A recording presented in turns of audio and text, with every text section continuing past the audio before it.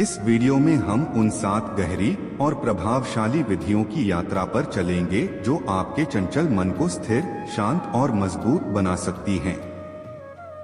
हम अक्सर सोचते हैं कि अब मैं बदल जाऊंगा, अब मैं शांत रहूंगा, अब मैं अपने मन को काबू में रखूंगा। लेकिन जैसे ही कोई छोटी सी बात होती है, मन फिर उसी पुराने रास्ते पर भागने लगता है, चिंता, तुलना, डर और थकान के रास्ते पर। क्या आपने कभी खुद से पूछा है कि ऐसा क्यों होता है? क्यों हमारा ही मन कभी कभी हमारे ही खिलाफ खड़ा हो जाता है?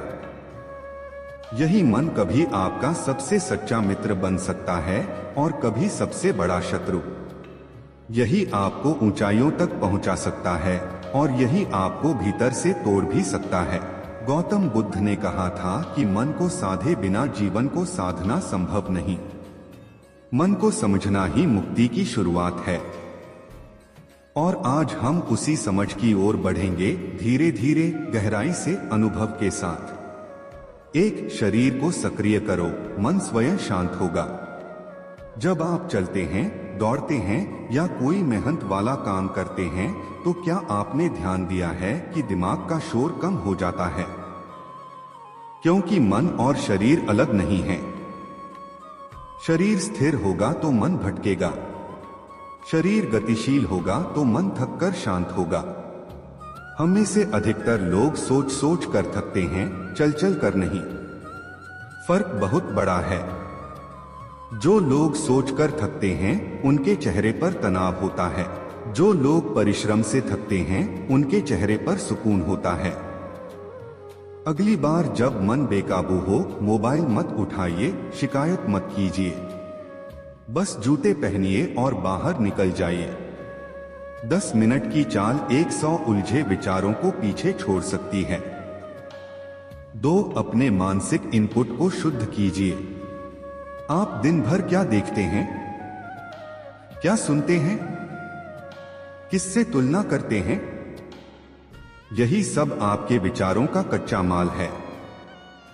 अगर आप रोज नकारात्मकता, दिखावा और तुलना से भरे कंटेंट देखते हैं, तो मन उसी का आदी हो जाएगा।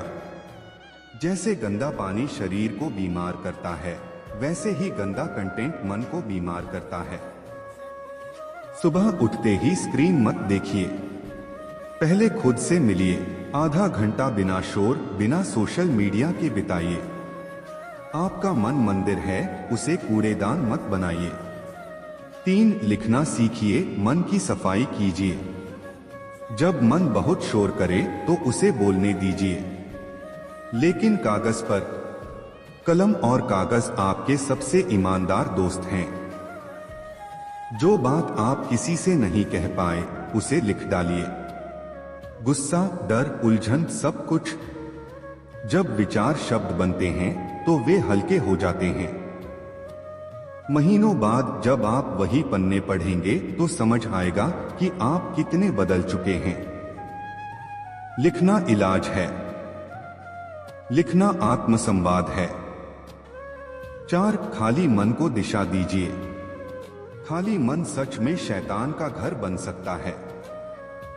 जब आपके पास कोई लक्ष्य नहीं होता, तो मन बीते हुए पलों की कब्र खोदने लगता है। छोटा सा लक्ष्य भी काफी है। कोई नई स्किल सीखिए, रोज का छोटा मिशन बनाइए। जब मन किसी सार्थक काम में डूबता है, तो उसका शोर संगीत बन जाता है। व्यस्त मन दुखों में भी टूटता नहीं, क्योंकि वह काम में लगा होता है, चिंता में नहीं। 5, सांस को देखना सीखिए। डर में सांस तेज होती है, शांति में सांस गहरी होती है। इसका मतलब है मन और सांस गहराई से जुड़े हैं। जब भी मन भागे, बस अपनी सांस को देखिए। लंबी सांस लीजिए, धीरे छोड़िए, केवल महसूस कीजिए। मन हमेशा भूत और भविष्य में दौड़ता है। सांस केवल वर्तमान में रहती है। जिसने सांस को पकड़ लिया, उसने वर्तमान को पकड़ लिया, और जिसने वर्तमान को पकड़ लिया, उसने मन को जीत लिया। 6. प्रतिक्रिया से पहले रुकना सीखिए। कितनी बार हमने गुस्से में कुछ कह दिया और बाद में पछताया। एक शब्द रिश्तों को तोड़ सकता है। मन पर असली नियंत्रण ध्यान में नहीं, बल्कि प्रतिक्रिया के क्षण में होता है। जब कोई आपको उकसाए और आप फिर भी शांत रहें, वही सच्ची विजय है। एक नियम बना लीजिए, जवाब देने से पहले 3 सांसें, बस 3 गहरी सांसें। आप पाएंगे कि 80% झगड़े शुरू ही नहीं होंगे। 7. स्वीकार करना सीखिए। जीवन में हर चीज आपके अनुसार नहीं होगी। लोग बदलेंगे, परिस्थितियां बदलेंगी।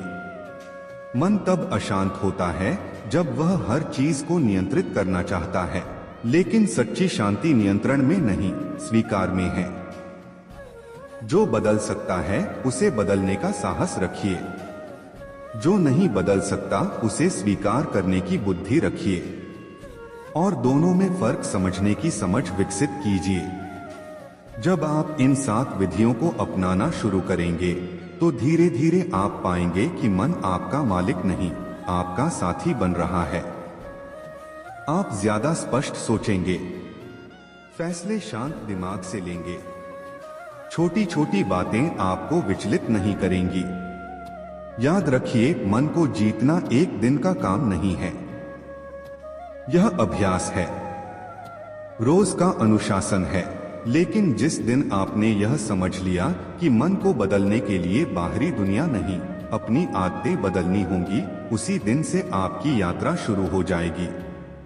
अब सवाल यह नहीं है कि मन चंचल क्यों है, सवाल यह है कि क्या आप उसे साधने के लिए तैयार हैं? क्योंकि जिस दिन मन आपका सेवक बन गया, उसी दिन जीवन आपकी मुट्ठी में होगा।